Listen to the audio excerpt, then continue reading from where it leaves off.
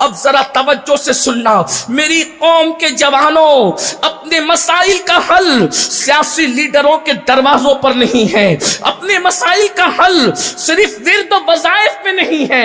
میں اہل سنت کے اسٹیج سے درجنوں مفتیان کرام کی موجودگی میں بڑی ذمہ داری کے ساتھ عرض کر رہا ہوں، صرف ورد و وظائف میں اپنے مسائل کا حل نہیں ہے، صرف تعویذات میں اپنے مسائل کا حل نہیں ہے، صرف جذباتی نعروں میں مسائل کا حل نہیں ہے۔ قرآن نے حل پیش کیا ہے، وَمَا أَصَابَكُم مِّن مُّصِيبَةٍ فَبِمَا كَسَبَتْ أَيْدِيكُمْ، تم پر جو مصیبت آتی ہے وہ تمہارے گناہوں کی وجہ سے، وہ تمہارے جرائم کی وجہ سے۔ اللہ کے رسول صلی اللہ علیہ وآلہ وسلم اس کی تشریح کرتے ہوئے، اس کی تفسیر کرتے ہوئے بیان فرماتے ہیں، آقا ارشاد فرماتے ہیں تمہارے بدن میں جو کھجلی ہوتی ہے، تمہارا جو بدن کھجاتا ہے وہ بھی گناہ کی وجہ سے کھجاتا ہے۔ تمہاری آنکھیں جو پھڑکتی ہے، آپ عام طور پر ہمارے علاقے کے اندر لوگ کہتے ہیں دائیں آنکھ پھڑکے گی تو خوشی ملے گی، بائیں آنکھ پھڑکے گا تو غم ملے گا۔ یاد رکھنا آنکھوں کا پھڑکنا خوشی اور غم سے تعلق نہیں رکھتا۔ اللہ کے سچے رسول صادق و مصدوق فرماتے ہیں آنکھیں گناہوں کی وجہ سے پھڑکتی ہے، کانٹا گناہوں کی وجہ سے چبھتا ہے۔ اللہ اکبر، پتہ چلا جو بھی مصیبت ہے وہ گناہ کی وجہ سے ہے۔ اللہ اکبر، اللہ کے رسول صلی اللہ علیہ وآلہ وسلم نے تو یہاں تک ارشاد فرمایا جو تم پر حکمراں مسلط ہوتے ہیں وہ بھی تمہارے اعمال کی وجہ سے ہوتے ہیں۔ اب آپ مجھے بتائیں میرے آقا صلی اللہ علیہ وآلہ وسلم کے دیوانوں، روزی کی تنگی گناہ کی وجہ سے، جسم کی بیماری گناہ کی وجہ سے، جسم کی کھجلی گناہ کی وجہ سے، پیروں میں کانٹا چبھنا گناہ کی وجہ سے، لائٹ بند ہو جائے گناہ کی وجہ سے، چراغ گل ہو جائے گناہ کی وجہ سے، یہاں تک کہ اللہ اکبر سواری میں نقصان بھی گناہ کی وجہ سے ہوتا ہے۔ حضور علیہ السلام کے ظاہری دور میں یہ کاریں تو نہیں تھی، اللہ کے رسول علیہ السلام فرماتے ہیں سواری میں نقصان گناہوں کی وجہ سے ہوتا ہے۔ مطلب اگر ہماری گاڑی کا ٹائر پنچر ہوا ہے تو ہم سے کوئی نہ کوئی گناہ ہوا ہے، اس کی وجہ سے ہوا ہے، اس سے روشنی لے کر ہم یہ بات کر سکتے ہیں۔ اب آپ کہیں گے تو کیا کھجلی بھی گناہ کی وجہ سے؟ اس کا مطلب اگر حدیث پر نظر کریں تو ہم یہ بات کہہ سکتے ہیں اگر مسلمان گناہ کرنا چھوڑ دے تو اس کو کھجلی بھی نہیں آ سکتی، اگر مسلمان گناہ کرنا چھوڑ دے اس کا چراغ بھی نہیں بجھ سکتا، اگر مسلمان گناہ کرنا چھوڑ دے اس کے پیر میں کانٹا بھی نہیں چبھ سکتا، اگر مسلمان گناہ کرنا چھوڑ دے وہ کبھی عذاب الہی کے حوالے سے بیماری میں گرفتار نہیں ہو سکتا، اگر مسلمان گناہ کرنا چھوڑ دے کوئی ظالم حکمراں اس پر مسلط نہیں ہو سکتا۔ یہ جو کچھ ہے ہمارے گناہوں کی وجہ سے ہے۔ اب میں آپ سے پوچھنا چاہتا ہوں مسائل پر رونا رونے والوں اپنی راتوں کا جائزہ تو لو، ہم راتیں کس طرح گزار رہے ہیں۔ اللہ اکبر، لوگ کہتے ہیں مولانا ہم پہلے تو بادشاہ تھے نا۔ اللہ اکبر، یہی ملک ہندوستان ہے، کم و بیش 1000 سال تک کے اسی ملک ہندوستان پر تمہارے پروجوں نے، تمہارے پرخوں نے حکومت کی ہے۔ اللہ اکبر، جو آج آنکھیں دکھا رہے ہیں یہ کاسے گدائی لے کر کے کھڑے رہا کرتے تھے۔ آپ کہتے ہیں کیوں؟ ہم پہلے بادشاہ تھے اور آج ہم یہاں پر غلام ہے۔ غلام اس کی وجہ کیا ہے؟ تو میں کہتا ہوں دیکھ لو اس وقت تک تم بادشاہ تھے۔ اللہ اکبر، اگر تم بادشاہ بن بھی جاتے تھے تو شمس الدین التمش کی شکل میں تم تہجد گزار ہوا کرتے تھے۔ تب تک تمہارا بادشاہ تہجد گزار تھا، تب تک تم عزت کے ساتھ جی رہے تھے، تم بادشاہ بن کے جی رہے تھے، دنیا تمہاری غلامی کر رہی تھی۔ اور آج تہجد تو دور کی بات ہے، جمعہ کی نماز پڑھنے کے لیے بھی صرف 2 رکعت کے لیے آتے ہو۔ مجھے بتاؤ اللہ کے بندو اپنی اعمال کا جائزہ لو۔ اللہ اکبر، شمس الدین التمش وہ بادشاہ ہے جس نے 4 عورتوں کے علاوہ 5ویں کسی عورت کو نظر بھر کر کے نہیں دیکھا۔ آپ سے پوچھتا ہوں آج 16 17 سال کے لڑکے زنا کی فلمیں دیکھ رہے ہیں، عورتوں پر پاپ کی نظریں ڈال رہے ہیں، تباہ نہیں ہوں گے تو کیا ہوگا؟ یاد رکھنا دنیا نے دنیا میں کسی ماں نے ایسا لال پیدا نہیں کیا جو تمہاری آنکھوں میں آنکھیں ڈال کر کے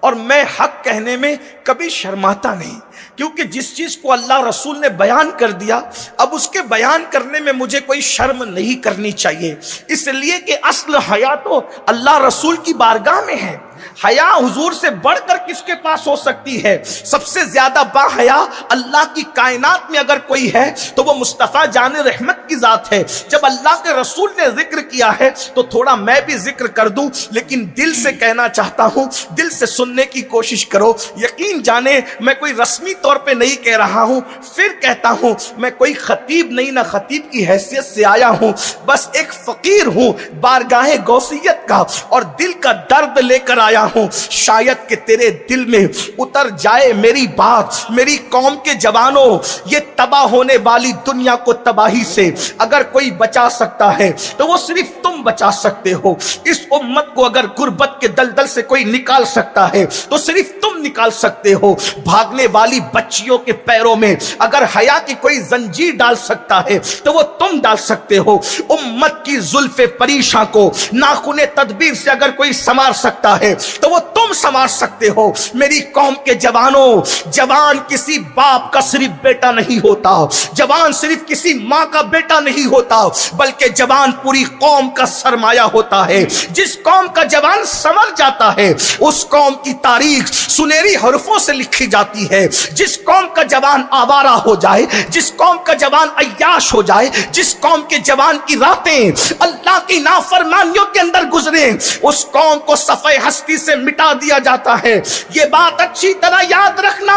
یہ تصور کرنے والوں، زمین پر سجدے کی بجائے تم زنا کرو گے اور اللہ تمہیں بچا لے گا، اللہ کے رسول تمہیں بچا لیں گے، اولیاء اللہ تمہیں بچا لیں گے۔ سن لو، مکہ المکرمہ کی سرزمین پر اولاد پیمبر میں، ابراہیم خلیل اللہ کی اولاد میں جس وقت لوگ بگڑ جاتے ہیں تو اللہ رب العزت، وہ مکے کے رہنے والے تھے، وہ کعبہ کے متولی تھے، محلے کی مسجد کے متولی نہیں تھے، وہ کعبۃ اللہ کے متولی تھے۔ جب انہوں نے زنا کیا، جب انہوں نے شراب پیا، جب انہوں نے بدکاریاں کی، جب انہوں نے ظلم کیا، جب انہوں نے زیادتی کی، تو اللہ اکبر، انہی میں سے اللہ نے ایسے پاک دامن لوگوں کو کھڑا کیا کہ بدر کی مقدس سرزمین پر ان آوارہ اور عیاش لوگوں کو ٹکڑے ٹکڑے کر کے ان کو کنویں میں بھر دیا گیا۔ اور پھر سید المعصومین نے کنویں کے کنارے پہ کھڑے ہو کے کہا، اے ابو جہل، اے عتبہ، اے شیبہ، یہ کون لوگ ہیں تمہیں پتا ہے؟ اللہ اکبر، یہ اولاد ابراہیم میں سے ہے۔ جسے پتا ہے وہ جان لے، جسے پتا ہے اسے پتا ہے، جسے نہیں پتا ہے وہ جان لے۔ ابو جہل کو کیا سمجھتے ہو؟ ابراہیم علیہ السلام سے اس کا شجرہ ملتا ہے۔ آپ ابو لہب کو کیا سمجھتے ہو؟ حضرت ابراہیم سے اس کا شجرہ ملتا ہے۔ عتبہ شیبہ کو کیا سمجھتے ہو؟ اللہ اکبر، خلیل اللہ سے اس کا شجرہ ملتا ہے۔ اگرچہ بغاوت کی وجہ سے نسب کام نہیں آتا، یہی تو بات ہے۔ اولاد پیمبر ہو کر زنا، شراب اور ظلم کرتے ہیں تو خدا ایسے لوگوں کو کھڑا کرتا ہے کہ ان کو کاٹ کر کنواں بھر دیا جاتا ہے، اور پھر سید المعصومین کھڑے ہو کے کہتے ہیں، اے عتبہ، اے شیبہ، اے ابو جہل، اللہ اکبر، کیا خدا کا وعدہ سچا نہیں؟ اللہ نے اپنا وعدہ سچ کر نہیں دکھایا۔ میں آپ سے پوچھتا ہوں، خادم الحرمین شریفین بلکہ خادم حرم، متولی کعبہ بننے والے، سو کارڈ اپنے آپ کو اللہ اکبر دنیا کی قوموں کا سردار گرداننے والے، اگر خدا سے بغاوت کرتے ہیں تو اولاد پیمبر ہونے کے بعد بھی ان کو کاٹ کر ان سے کنویں بھر دیے جاتے ہیں۔ کیا ہمارا باپ کوئی نبی ہے؟ ہمارا باپ کوئی پیغمبر ہے؟ ہمارا باپ کوئی رسول ہے؟ کہاں جا رہے ہو؟ آپ کہتے ہو اللہ بخشے گا، مہربان ہے، بالکل بخشے گا۔ خدا کی رحمت کی بات کرنے والوں، خدا کی غیرت کی بات کیوں نہیں کرتے؟